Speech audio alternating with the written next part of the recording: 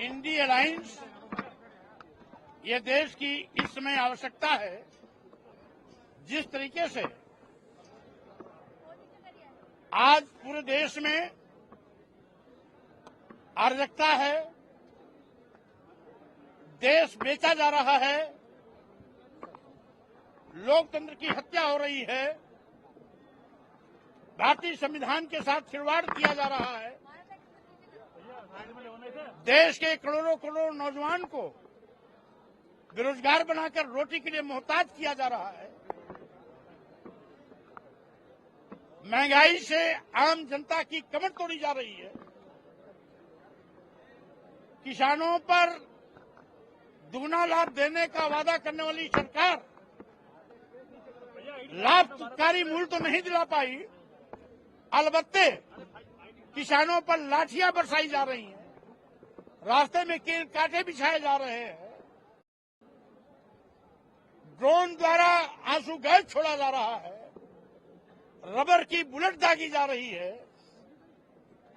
किसानों के साथ जनजातीय अत्याचार अन्याय हो रहा है, यहां तक कि इसने व्यापारियों को भी नहीं छोड़ा।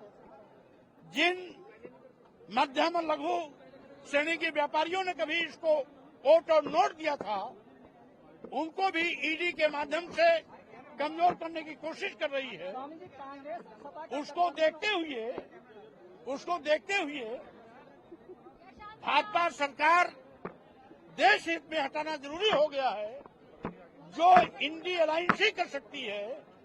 इसलिए हम आज राष्ट्रीय सोशलिस्ट समाज पार्टी के माध्यम से इस बात के लिए आश्वस्त करना चाहता हूं कि इंडी अलायंस को हम मजबूत करेंगे, क्योंकि इसमें एक ही लक्ष्य है, बीजेपी हटाओ देश बचाओ, बीजेपी हटाओ लोकतंत्र बचाओ, बीजेपी हटाओ संविधान बचाओ। 24 का चुनाव सर, पार्टी कितनी सीटों पर चुनाव लड़ेगी और इंडिया गठबंधन में आप ऑफिशियली जुड़ गए हैं, इस बात की घोषणा आप कर रहे हैं?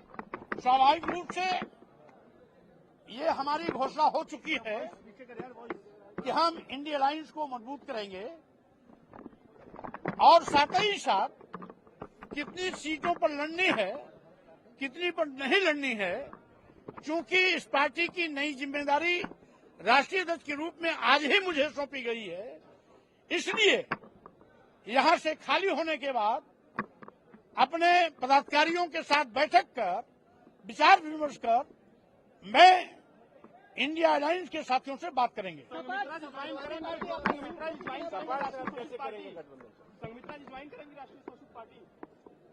अब कौन किस पार्टी में है, चिंता हमारी इसकी नहीं है। हमारी चिंता भाजपा को हटाने की है, भाजपा को हराने की है, और भाजपा से अगर कोई मेरे घर का सदस्य भी लड़ता है तो उसको भी पराजय का मुंह देखना पड़ेगा। भाई, चूंकि इसके संयोजक माननीय खड़गे जी हैं, इसलिए इस संबंध में बात की शुरुआत खड़गे जी से हो। बंटवारा कर चुके, आपकी जगह कहाँ पर रहेगी? हमारा मकसद सीट और बंटवारा नहीं है। हमारा मकसद है बीजेपी हटाओ, देश बचाओ, लोकतंत्र बचाओ, संविधान बचाओ। सर, खड़गे जी से समय मिलते हैं, अगर अखिलेश जी ऑफर देते हैं उनके पास 65 सीटें आई, कुल मिलाकर के बीजेपी कैसे हारेगी, इसको सुनिश्चित करने के लिए हमें अगर कहीं कुछ कुर्बानी भी देनी पड़ेगी तो मैं उसके लिए भी तैयार रहूंगा, लेकिन मकसद रहेगा इंडी गठबंधन को मजबूत बनाने का। भी चुनाव लड़ सकते हैं क्या आप उत्तर प्रदेश में? अगर सपा के साथ सीटों का समझौता नहीं हो पाता है, तो क्या आपकी पार्टी अकेले भी चुनाव लड़ सकती है उत्तर प्रदेश में? हम कोई ऐसा काम नहीं करेंगे जिससे कि भारतीय जनता पार्टी को जीवनदान मिले। व्यापारियों के साथ भी ईडी का दुरुपयोग कर उनकी कमर तोड़ने की तैयारी की जा रही है। आज देश की राष्ट्रीय संपत्तियां बेची जा रही हैं, जैसे कि देश के सभी बंदरगाह बेच दिए गए, एयरपोर्ट बेच दिए गए, एयर इंडिया बेच दिया गया, सभी रेलवे स्टेशन बेच दिए गए, कई दर्जन ट्रेनें बेच दी गई, LIC जैसी बड़ी संस्था बेच दी गई। इसके साथ ही साथ ये तो अभी इनकी शुरुआत है, देश को बेचने का सिलसिला जारी है।